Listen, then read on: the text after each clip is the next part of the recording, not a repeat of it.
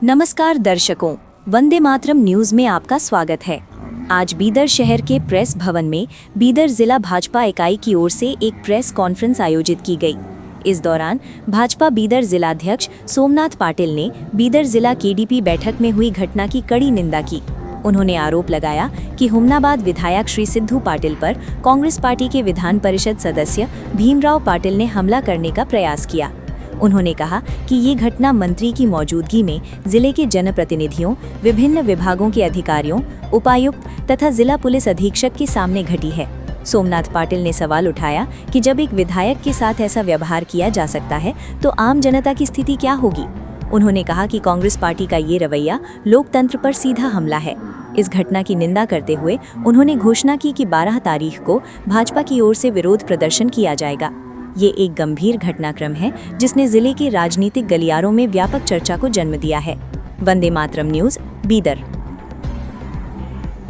जिले ಉಸ್ತುವಾರಿ ಸಚಿವರು, ಜಿಲ್ಲಾಧಿಕಾರಿಗಳು, ಜಿಲ್ಲಾ ಪೊಲೀಸ್ ವರಿಷ್ಠಾಧಿಕಾರಿಗಳು, ಜಿಲ್ಲೆಯ ಎಲ್ಲ ಅಧಿಕಾರಿಗಳ ಸಮ್ಮುಖದಲ್ಲಿ ನಮ್ಮ ಶಾಸಕರು ಬಿಜೆಪಿಯಿಂದ ಆಯ್ಕೆಯಾದಂಥ ಹುಮನಾಬಾದ್ ಶಾಸಕರ ಸಿದ್ದು ಪಾಟೀಲ್ ಅವರ ಮೇಲ್ಗಡೆ ಕಾಂಗ್ರೆಸ್ನ ವಿಧಾನ ಪರಿಷತ್ ಸದಸ್ಯರು ಹಲ್ಲೆ ಮಾಡಿರುವುದನ್ನು ಖಂಡಿಸಿ ಸಿದ್ದು ಪಾಟೀಲ್ ಅವರ ಚೇರ್ ಮೇಲೆ ಅವರು ಕೂತಿದ್ರು.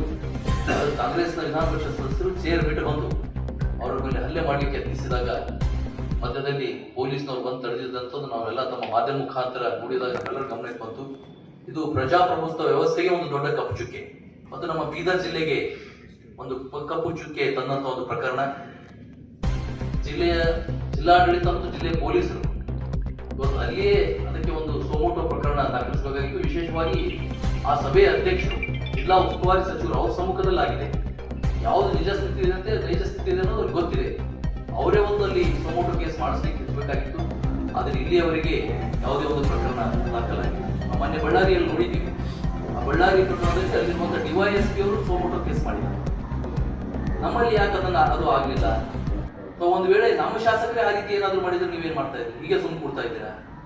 ಇವತ್ತು ಕರ್ನಾಟಕದಲ್ಲಿ ಪೊಲೀಸ್ ವ್ಯವಸ್ಥೆ, ನಿನ್ನೆ ನಮ್ಮ ರಾಜ್ಯಾಧ್ಯಕ್ಷರು ಹೇಳಿದ್ದಾರೆ, ಇವತ್ತು ಪೊಲೀಸ್ ವ್ಯವಸ್ಥೆ ಏನಾಗಿದೆ ಅಂದ್ರೆ ಪೊಲೀಸ್ ಸ್ಟೇಷನ್ ಕಾಂಗ್ರೆಸ್ನ ಕಚೇರಿಗಳು ಆಗಿದ್ದಾರೆ. ಇದು ಮೊದಲು ಹೋಗಬೇಕು.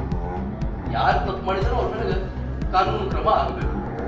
ಅದನ್ನು ಒತ್ತಾಯಿಸಿ ನಾವು ಬರುವಂತ 12ನೇ ತಾರೀಕಿಗೆ ಸ್ಟ್ರೈಕ್ ಮಾಡ್ತಾ ಇದ್ದೀವಿ. ಮತ್ತು ನಮ್ಮ ಶಾಸಕರು ತೆಗೆದಂತ ವಿಷಯ ಬೀದರ್ನಲ್ಲಿ ನಡೀತಾ ಇರುವಂತ ಒಂದು ಅಕ್ರಮ ಲೇಔಟ್ ಬಗ್ಗೆ ಅವ್ರು ಮಾತಾಡ್ತಾ ಇದ್ದಾರೆ. ಅವ್ರು ಯಾವುದೋ ಬೇರೆ ಹೇಳ್ತಾ ಇರಲಿಲ್ಲ. ನಮ್ಮ ಜಿಲ್ಲೆಯ ಜನರಿಗೆ ಆ ಲೇಔಟ್ ಏನಾದರೂ ಅನುಕೂಲ ಆಯ್ತು ಅಂದ್ರೆ ತಗೊಳ್ಳೋರು ಯಾರು? ಬೀದರ್ ಜಿಲ್ಲೆಯ ಜನ. ಅಲ್ಲಿ ಒಂದು 50 ಲಕ್ಷ ರೂಪಾಯಿ ಒಂದು ಪ್ಲಾಟ್ ಮಾಡ್ತಾ ಇದ್ದಾರೆ. ಇಲ್ಲಿ ಯಾರೋ ಒಬ್ಬ ಶಿಕ್ಷಕರು ಇನ್ನೊಬ್ರು ತಮ್ಮ ಜೀವನದ ಇಡೀ ಪೂಂಜಿಯನ್ನು ಒಂದು ಮನೆ ಕಟ್ಟಬೇಕು ಅಂತ ಹೇಳಿ ಅಲ್ಲಿ ದುಡ್ಡು ಹಾಕಿ ಮನೆ ಕಟ್ಟಿ ಪ್ಲಾಟ್ ಖರೀದಿ ಮಾಡಿ ಲೋನ್ ತಗೊಂಡು ಮನೆ ಕಟ್ಟಿ ತಮ್ಮ ಕನಸನ್ನು ನನಸು ಮಾಡ್ಕೊಡ್ಬೇಕಂತ. ಇವತ್ತಿಲ್ಲ ನಾಳೆ ಅದು ಅಕ್ರಮ ಅಂತ ಅಪ್ರೂವ್ ಆದ ನಮ್ಮ ಜಿಲ್ಲೆಯ ಜನತೆ ಮೋಸ ಹೋಗ್ತಾರೆ. ಅದು ಆಗಬಾರ್ದು ಅಂತ ಅದನ್ನ ನಾವು ರದ್ದುಗೊಳಿಸಬೇಕು ಅಂತ ಹೇಳಿ ಕೂಡ ನಾವು ಹೋರಾಟ ಮಾಡ್ತಾ ಇದ್ದೀವಿ. ಆದ್ರೆ ಇವತ್ತು ಕೆಲವೊಂದು ಪತ್ರಿಕೆಗಳಲ್ಲಿ ನೋಡಿದೆ ನಾನು ಆ ಒಂದು ಟ್ರಸ್ಟ್ನ ಅಧ್ಯಕ್ಷರು ಒಂದು ಹೇಳಿಕೆಯನ್ನು ಕೊಡ್ತಾರೆ. ನಮ್ದು ಯಾವುದೇ ತಪ್ಪಿಲ್ಲ, ಜನತೆಗೂ ಆ ಲೇಔಟ್ ಬಗ್ಗೆ ದಾರಿ ತಪ್ಪಿಸ್ಬೇಡ್ರಿ, ಅದ್ರ ಬಗ್ಗೆ ಯಾವುದೇ ತಪ್ಪು ಕಲ್ಪನೆಗಳನ್ನು ಕೊಡಬೇಡ್ರಿ. ನಾವು ಕೊಡ್ತಾ ಇಲ್ಲ ತಪ್ಪು ಕಲ್ಪನೆ. ಕರ್ನಾಟಕ ಸರ್ಕಾರ ಅದರ ನಗರಾಭಿವೃದ್ಧಿ ಸಚಿವರು ಭೈರತಿ ಸುರೇಶ್ ಅವರು ಸದನದಲ್ಲಿ ಉತ್ತರ ಕೊಟ್ಟಿದ್ದಾರೆ. ಏನಂತ ಅನುದಾನ ರಹಿತ ಯಾವುದೇ ಅದು ಹೇಳ್ತೇನೆ ಅವಕಾಶ ಇದೆ ಅಂತ ಇರಲಿ, ಅದು ನಾನು ಮುಂದೆ ಹೇಳ್ತೀನಿ. ಅವ್ರು ಹೇಳಿದ್ದಕ್ಕೆ ಅವ್ರು ಯಾವುದೇ ಕೂಡ ನಮಗೂ ಉಲ್ಲೇಖ ತಗೊಂಡಿದ್ದೇನು ಅಂದ್ರೆ